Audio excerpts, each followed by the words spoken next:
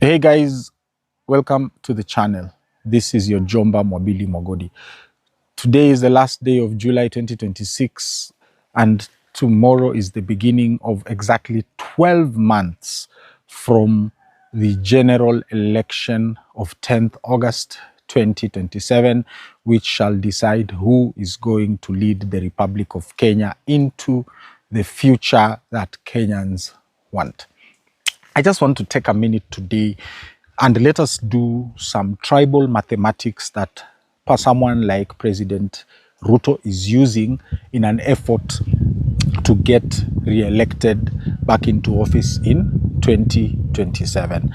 I am going to play the game he is playing. So my viewers, please, in case I miss anything, put it in the comments so that I can also go ahead and learn something, so that the next episode we do about the tribal mathematics, we might have both of you, me and my viewer and myself, we are going to have a better understanding of where we are headed with regards to the general election.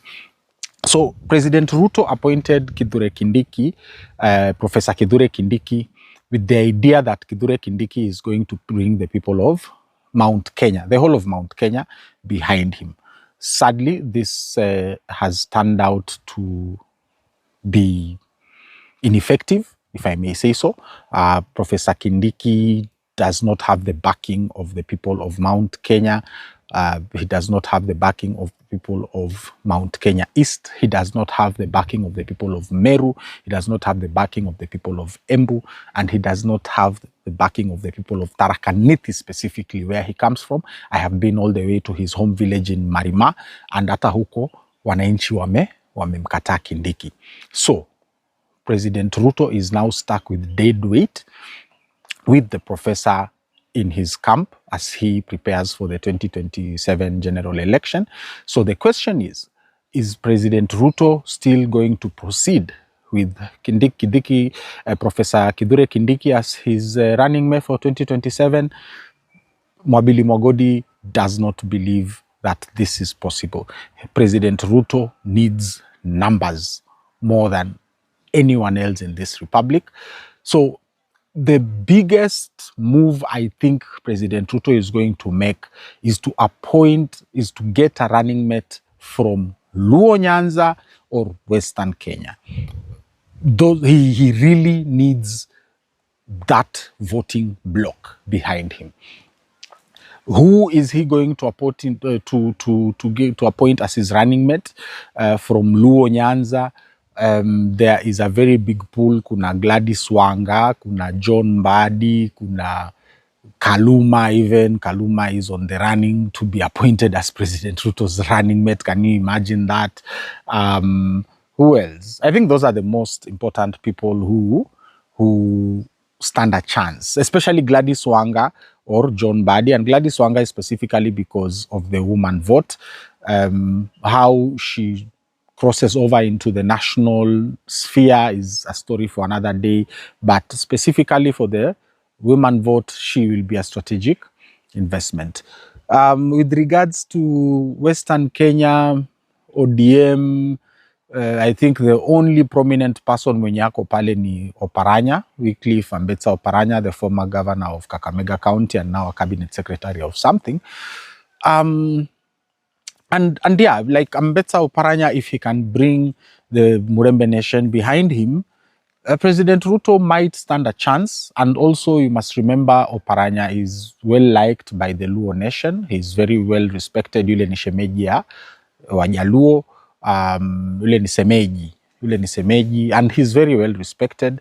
So there is a high possibility that Oparanya move can be very strategic for President Ruto. I can guarantee you that.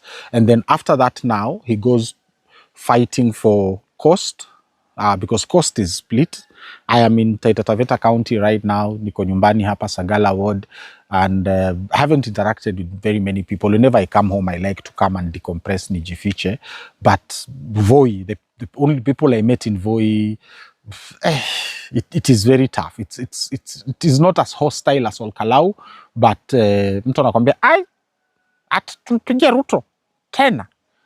With that tighter accent. I know a lot of people don't know we have an accent, but hi, man, at tutam ya mai. Tutam ya mama yake. Yeah, that's the first thing I was told yesterday when I arrived in Voi on my way home. So yeah, so coast is up in the air. Northeastern, he can take Northeastern. It's only 1 million votes. Of course, Kalenjin Nation, I guarantee you, however much the Gen Zs of Kalenjin Nation, the Kipsigis, the Nandis, the Marakwets, the Turgens, the Pokots, etc., however much they are showing some resistance, kuna ile kitu ambayo wako nayo ya huyu ni mtu wa nyumbani, so they will definitely give him a vote. So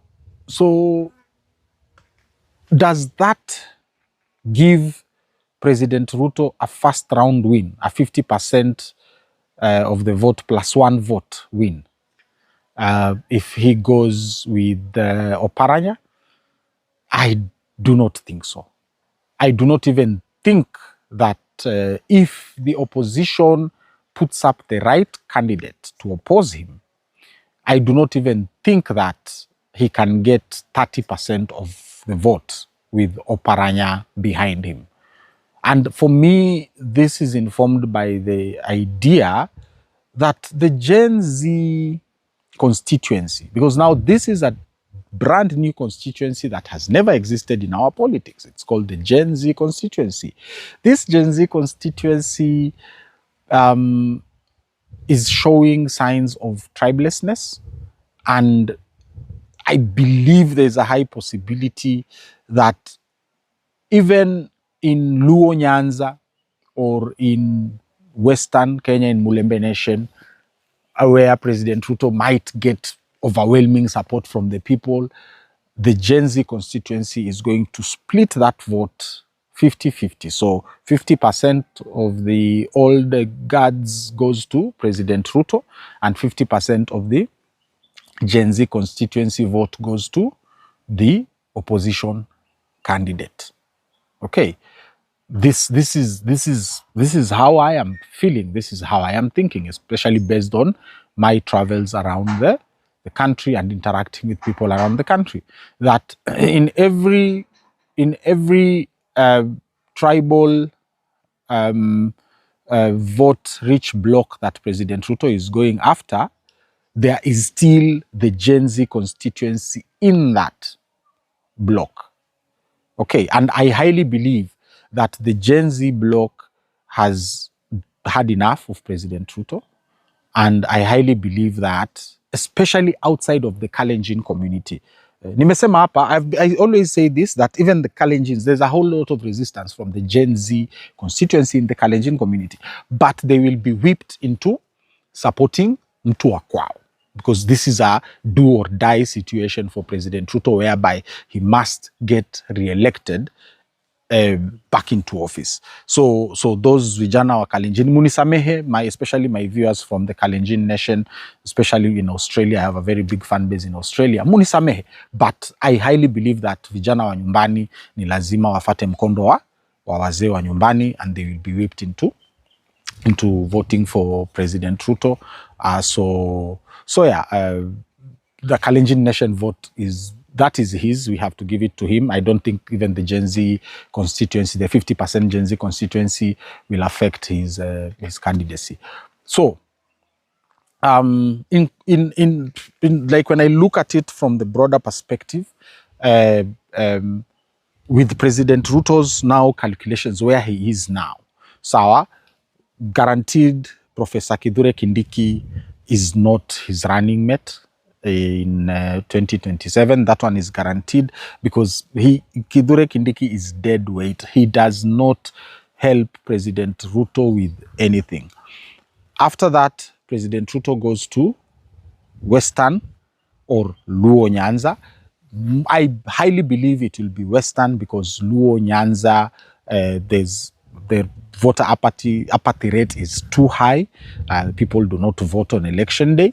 And then also the Luo Nyanza vote. The Luo Nyanza vote is very volatile right now in the absence of Baba. You must remember that even when Baba Raila Amolo Odinga was alive, Luo Nyanza has given us independent MCAs. I know one, Brian Obiero of South Game Ward, kutoka huko Akala. Don't ask me how I know. I was there. I have been there. That's an independent MCA smack in the home of Baba Raila Amolo Odinga. You know, you have independent members of parliament, you have independent senators. So that shows you, even when Baba was alive, he did not have a full grip on Luo Nyanza. So now that Baba is no longer there, can you trust akina Junet Mohammed, akina Gladys Wanga, akina John Badi, akina Kaluma, the people who are shouting broad-based the loudest? Can you trust them to deliver Luo Nyanza to President Ruto? I highly doubt. I highly doubt. I have my reservations.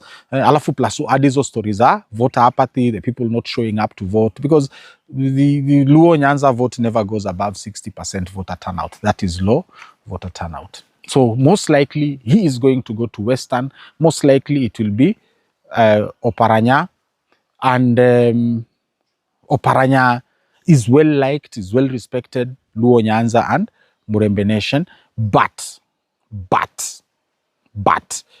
this is dependent on who is also the candidate for the opposition. Whatever deputy president running mate choice President Ruto makes will inform the choice for the president's candidate for the opposition. This is, I highly believe so.